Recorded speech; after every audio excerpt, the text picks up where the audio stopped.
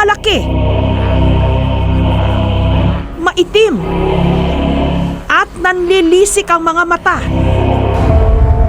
Ang tawag daw dito ng mga taga Mindanao, agta. Masamang elemento na bantay daw sa mga puno na kalimitang inihahalin tulad sa kapre.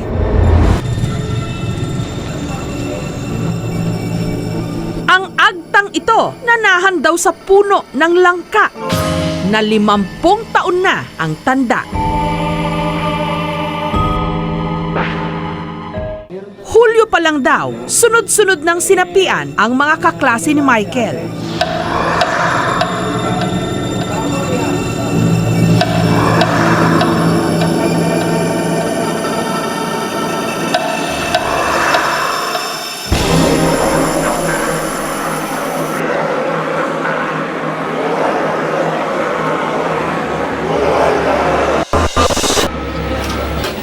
Hanggang si Michael na ang sunod na pinuntirya.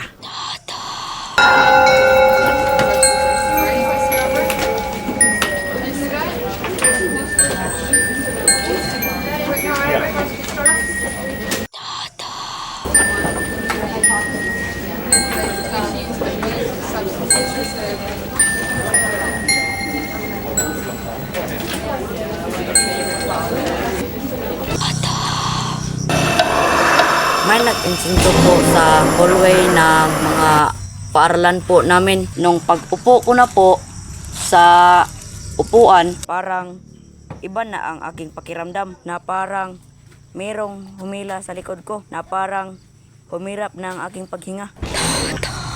After po nun, may biglang tumawag sa akin sa pangalan ko.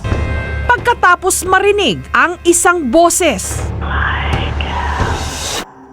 bigla na lang daw may lumabas na maitim na usok sa kanyang harapan. Doon na siya biglang nawalan ng malay. Yung paggising ko po, takot lang ang nasa isip ko.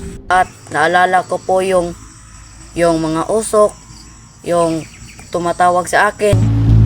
Samantala, ang puno ng langka sa kalsada, ang pinaniniwalaan talaga nilang pinamamahayan ng agta. Si Fe, 49 na taon na raw nakatira sa tapat ng puno ng langka.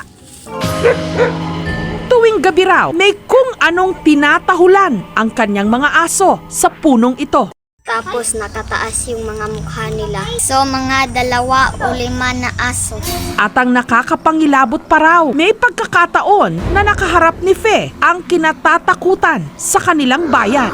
Nakita ko yung mahabang tao, maitim. Tumatayo ang balahibo ko.